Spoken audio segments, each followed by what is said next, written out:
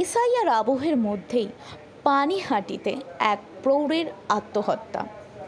প্রদীপ কর ব্যক্তির নাম।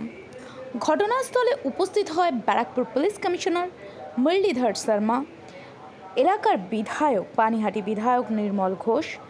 তথাপি আজ পরিবারের সঙ্গে দেখা করলেন তৃণমূল কংগ্রেসের সাধারণ সম্পাদক অভিষেক বন্দ্যোপাধ্যায়। বসি তখনই আমি বলেছিলাম যে গতকাল দুপুরবেলা আমরা খবর পেয়েছিলাম যে ঘটনা কালকে ঘটেছে, খুব স্যাড, আনফর্চুনেট, দুঃখজনক, বেদনাদায়ক ঘটনা।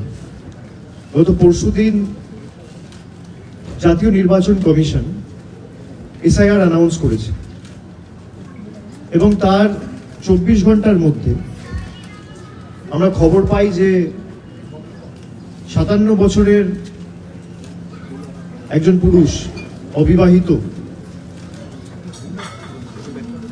তিনি আত্মঘাতী হয়েছে। এনআরসি এসআইআর এর ভয়ে তিনি নিজের প্রাণ নিজে নিয়েছে।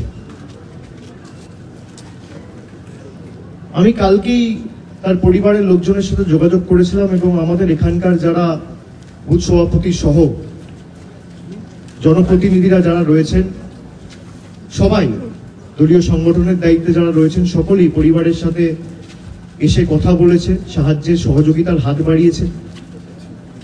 একটা প্রাণ চলে গেলে তো কেউ ফিরিয়ে আনতে পারে না। একটা প্রাণ আমাদের কাছে মণিমুক্তের মতো। আমি কালকেই প্রদীপ বাবুর পরিবারের সাথে যোগাযোগ করি এবং তার যে ভাই রয়েছে তপন বাবু, তারও ওপেন হার্ট বাইপাস সার্জারি হয়েছে এবং তিনি অত্যন্ত দুর্বল। আমি গতকালও শুনেছি তিনি কয়েকবার অজ্ঞান হয়ে গেছে এবং আমি উপরে গিয়ে তার পরিবারের লোকজনের সাথে কথা বলে যেটুকু শুনেছি, জেনেছি, তিনি যেভাবে দান ধ্যান করতেন, এলাকায় তার পরিচিতি রয়েছে, নিপাট ভদ্রলোক।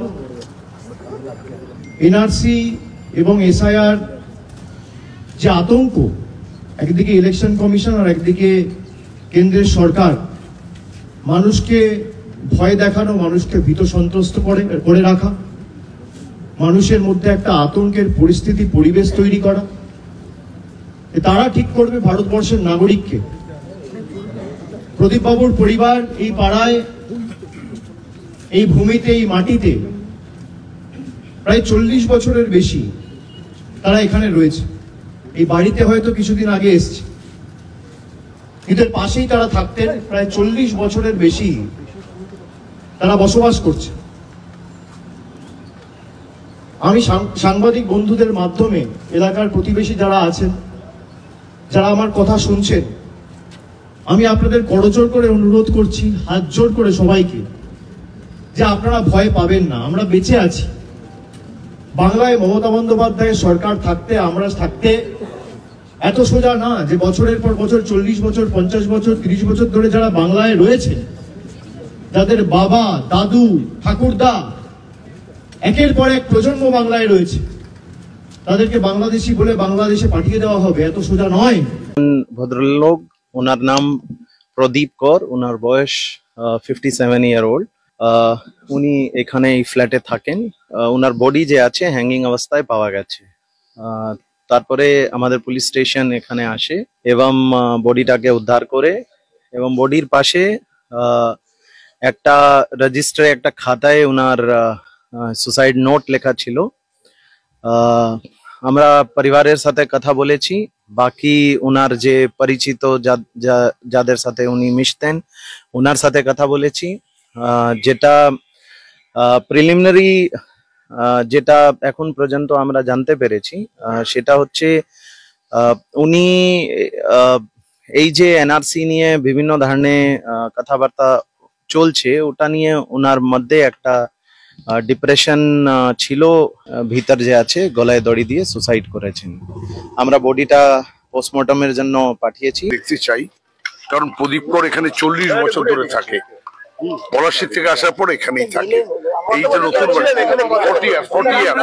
40 বছর আমরা সবকিছুই করছি একটাই কথা, যে এই যে অপপ্রচার, এই যে কুৎসা, এই যে ঘৃণা যে সরকারি দল বিজেপি এবং সরকার, ভারত সরকার করছে, তার বিরুদ্ধেই তো চন্দ্রিমা দিদিভাই বললেন যে আমাদের লড়াই, মামাটি মানুষের সরকারের লড়াই, আমাদের দলের লড়াই চলছে, আমরা মানুষকে রক্ষা করব, মানুষকে প্রোটেকশন দেব। মাত্র ঠিকানা কাঁচরাপাড়া পলিক্লিনিক বা নাইট অ্যাঞ্জেল নার্সিং হোম। কেনাকাটার একমাত্র ঠিকানা আগমনী বাসন্তী।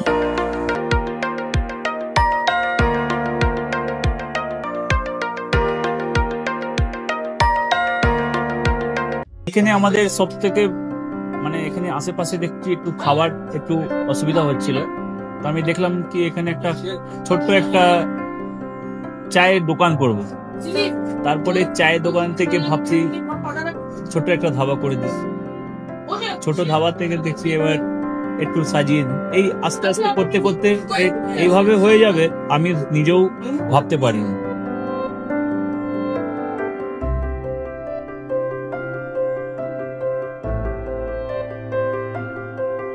ব্যবহারের জন্য আমাদের এখানে কার পার্কিং থেকে নিয়ে গেস্ট খাবার থেকে নিয়ে বাড়ি এরকম কিছু ব্যাপার যদি থাকে তো মানুষকে বাড়িতে আমরা সার্ভিস দিতে পারবো, এইভাবে আমরা চেষ্টা করব।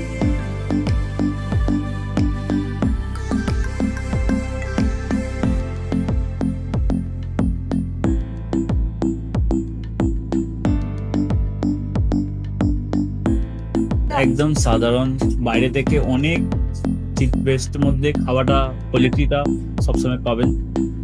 একবার আমি মানুষকে একবারই বলবো কি একবার আমাদের কাছে এসে একবার টেস্ট করে যাবেন।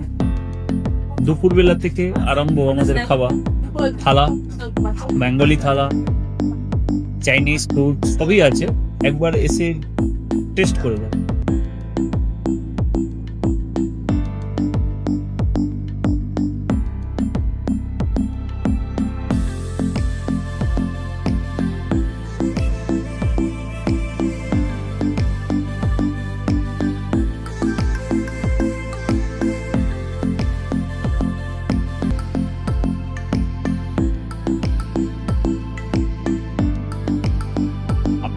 চ্যানেলের মাধ্যমে বলি একবার আসুন কেশরী ধাবাতে দেখেন। আমার নাম রঞ্জন কেশরী।